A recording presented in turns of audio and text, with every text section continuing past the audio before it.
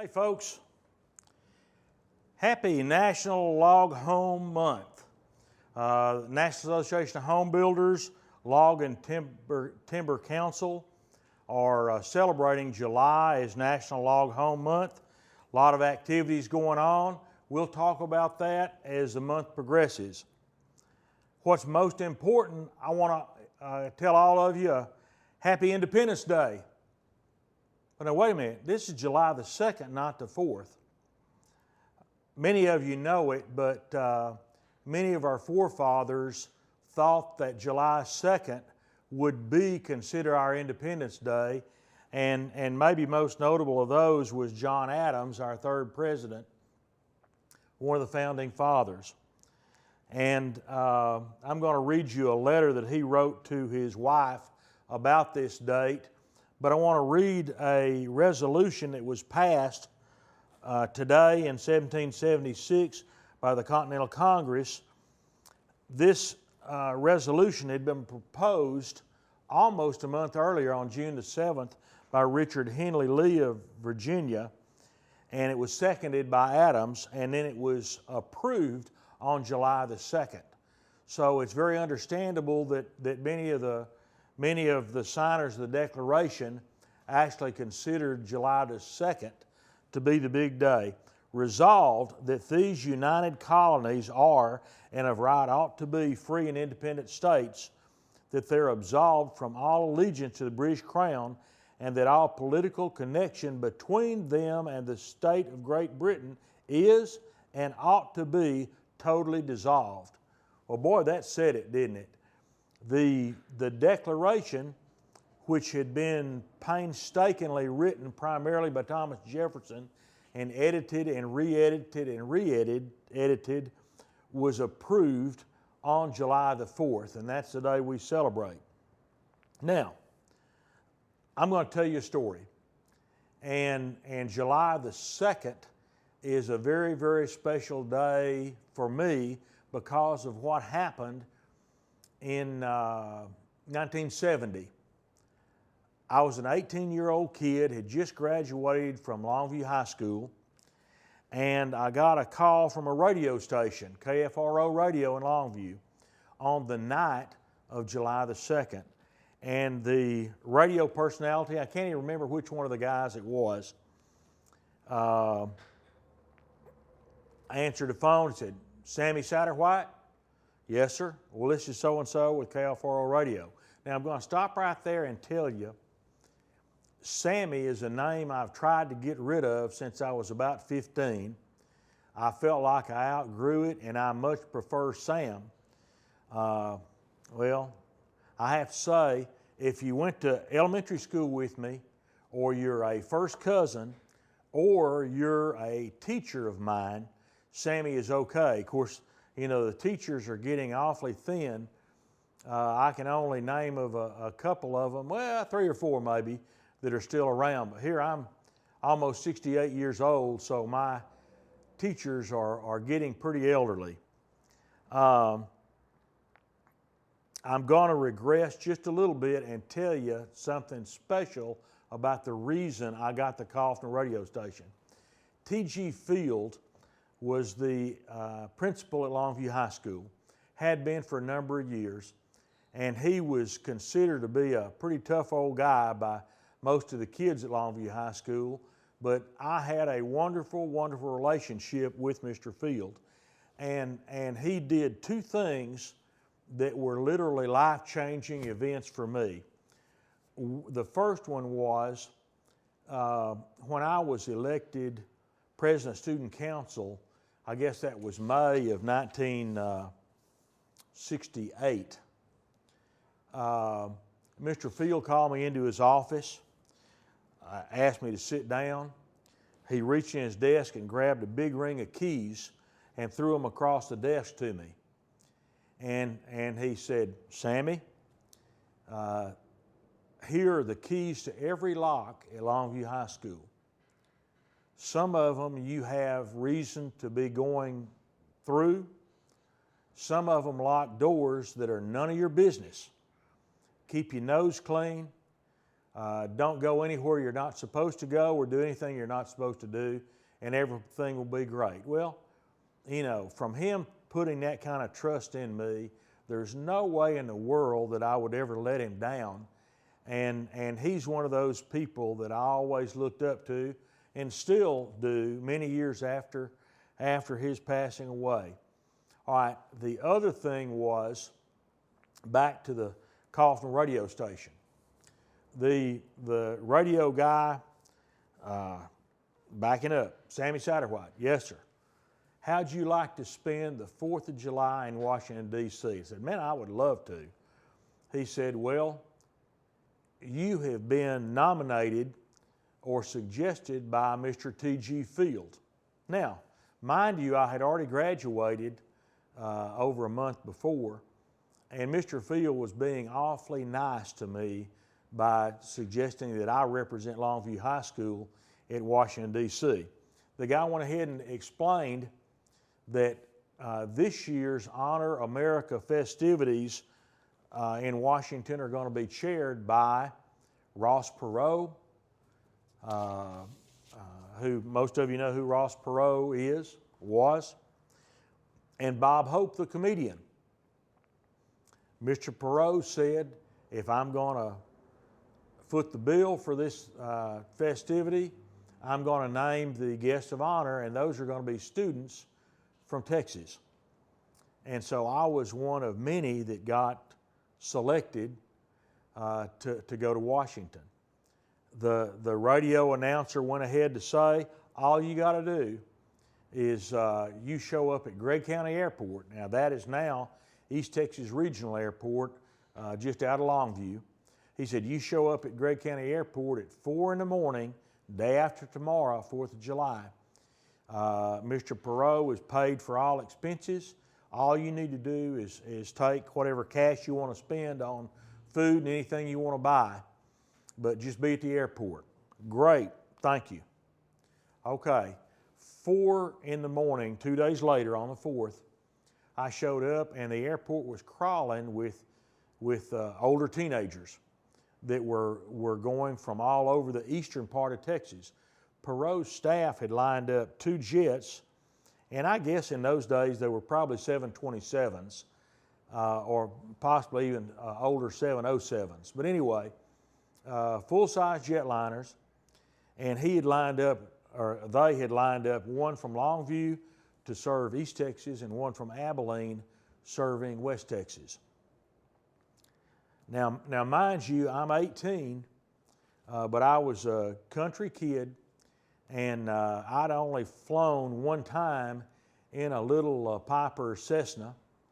I was cutting hay for a guy at Diana just north of here, and I was probably 14 or 15, and this was a Methodist preacher who had a little single-engine plane. He had a grass landing strip down in the bottom of his ranch, and I was up on the hill cutting hay. He had landed and saw me up there, and I guess he noticed that I hadn't seen him, and I was going the other direction. Of course, you know, on most implements with a tractor, you're looking to your right constantly, not to your left. And so he taxied up the hill across a pasture, and I'm looking right, and all of a sudden I sensed something was close, and the wing of an airplane was right beside my head and just scared the stuffings out of me. But anyway, I look, and he's over in the airplane laughing and waved at me to kill your tractor and come on, get in. And that was my first flight, and that was to fly around Lake of the Pines, a little bit of East Texas for a little while, and then drop me back off right beside my tractor. I got out of the plane, got on a tractor, and kept cutting hay. All right, back to going to Washington. We landed at Dulles Airport early in the morning of the 4th, and Perot had buses out on the tarmac, so all we had to do was walk down steps off the plane straight into a bus, and the bus took us just behind the Lincoln Memorial. as the bus came to a stop, the bus that I was on, see, there were probably 300 kids total from Texas. But as it came to a stop, a guy in the front seat next to the driver stood up. He had a box of something, and he held up a badge and said, "This is your ticket to the festivities tonight that are going to take place on the steps of Lincoln, just right over here." And he said, "Pick up one of these as you get off the bus. Y'all see all the sights that you can today, and just present this evening. Be here at 7 o'clock, and this will get you to your special seating."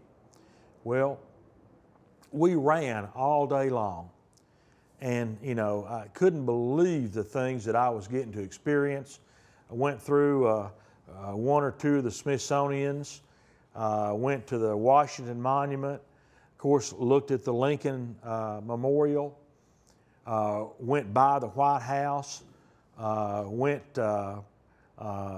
Congress would not have been in session, but we went to the Capitol, went through that, and it was something beyond amazing for a country kid from East Texas who had never been anywhere. As the day went on, more and more and more people, till finally early in the afternoon you could barely walk anywhere. The crowd was so thick. Now, if you Google Honor America Day 1970 or July the 4th, 1970, you'll read some stories about protests and counter-protests that were going on having to do with the Vietnam War, Nixon's presidency, and there were supposedly huge protests going on. I don't remember seeing anybody protesting anything, but just an awful lot of people there to celebrate the 4th and expressing their love for our country, like most of us do. At any rate, I've always tried to be early to things, and I got to the seating in front of Lincoln, I guess way early. Instead of having fencing around the seating right in front of the steps, which the steps of Lincoln were covered with a big stage for a variety show, but instead of having fencing, they had policemen shoulder to shoulder. Hundreds of policemen were cordoning off this area so the general public couldn't get those seats. And I walked up to a policeman, and I just pulled that badge out of my pocket. And when he saw it, he grabbed me by the arm. "Let me escort you to your seat, sir." Well, nobody had ever said sir to me before, and so this was really something special. I was early enough that I sat front row center and watched the neatest celebration you could ever see. I was probably less than 10 feet, leaned back in my chair, and I watched Bob Hope, the comedian, who I think at that time he was 72 years old and looked an awful lot older than he did on TV when I'd see him.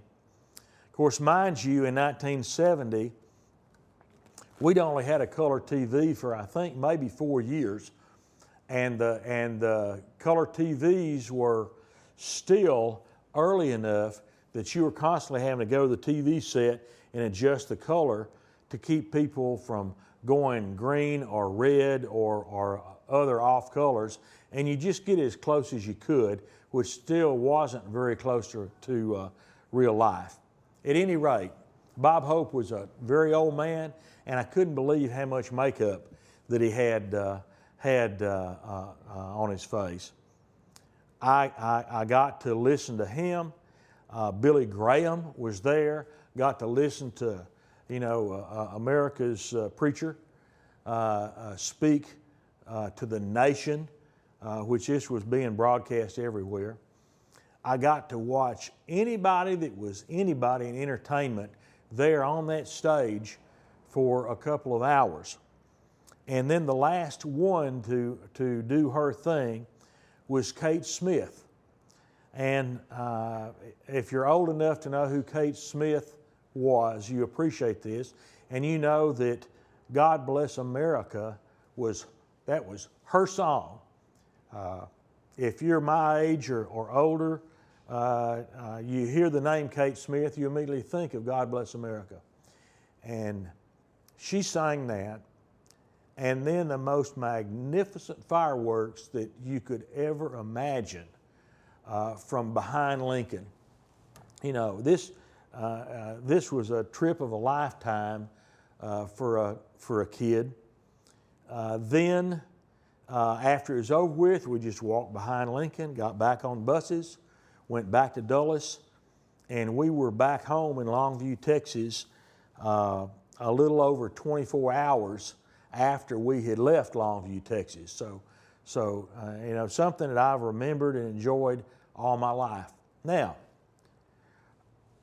why am I telling you about that? Is because it was literally a life-changing event for me. My family were, and we still are, hard workers. My dad believed that you ought to work about 100 times more than you had fun. And so he tried to instill that in me. Normally on the 4th of July, we were baling hay. And he did that intentionally because most folks were off from work. Customers would come by and we were loading hay on their trailers and trucks. And it was a good time for the hay business to be working instead of being off. Then, you know, we might try to take off a little bit early in the evening. My father was a patriot, loved this country, but we had an awful lot of work we had to get done. So anyway, that's the way most of my 4th of Julys were spent up until 1970. After getting that opportunity, from that day to this, 4th of July has been my day, just period. And when we started Satterwhite Log Homes in 1974, right off the bat, we would have a 4th of July celebration. So this is 40-something years that we've been having a celebration over at our ranch.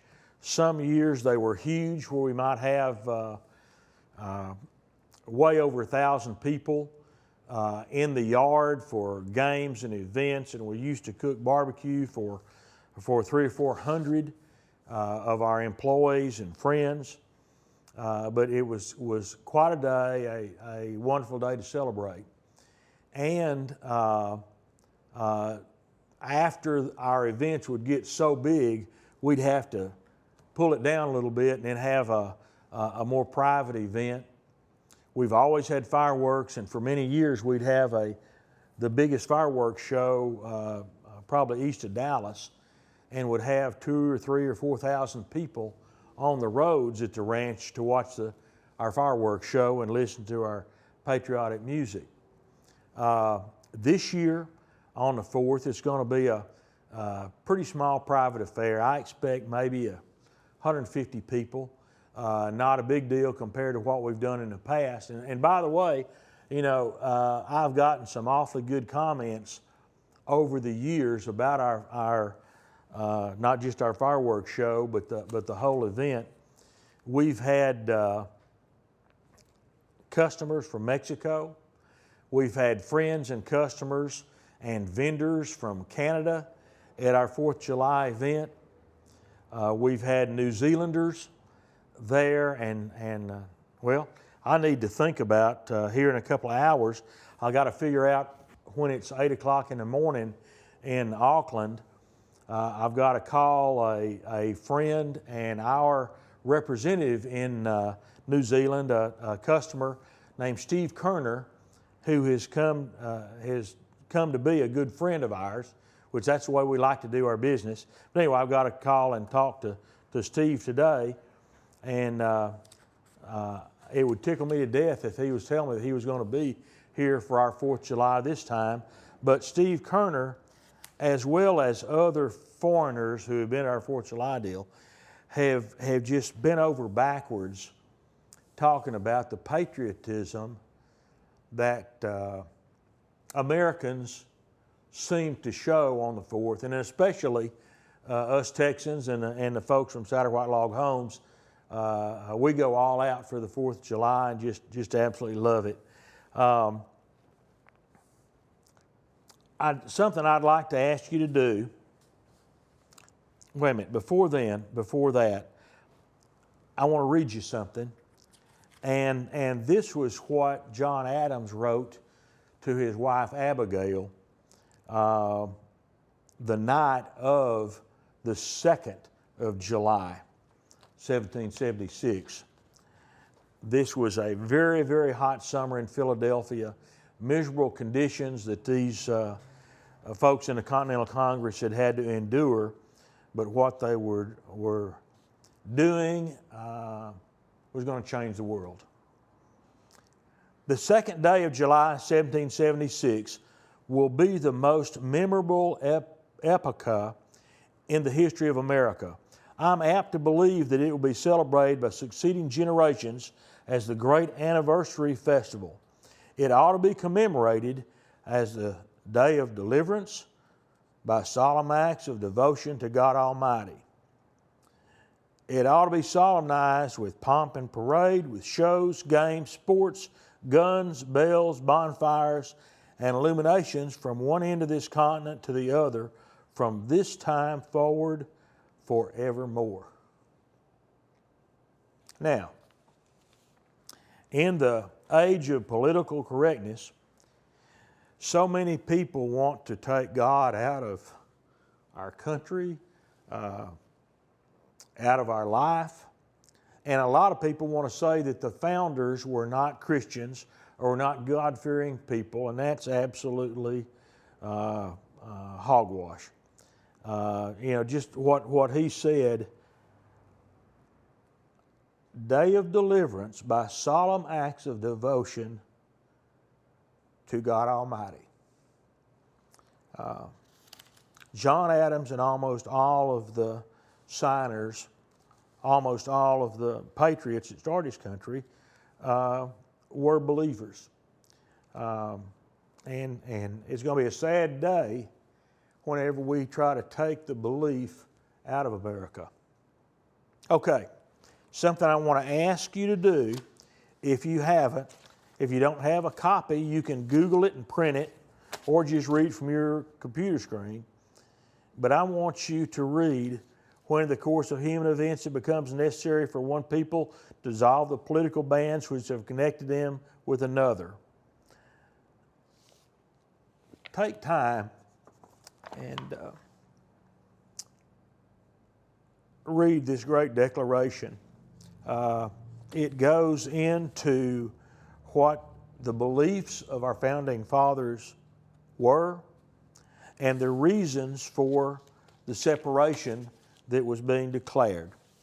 I'm wrapped up. I hope that all of you have a wonderful, happy Independence Day, and that we all reflect a lot on our blessings this 4th of July. Thank you very much.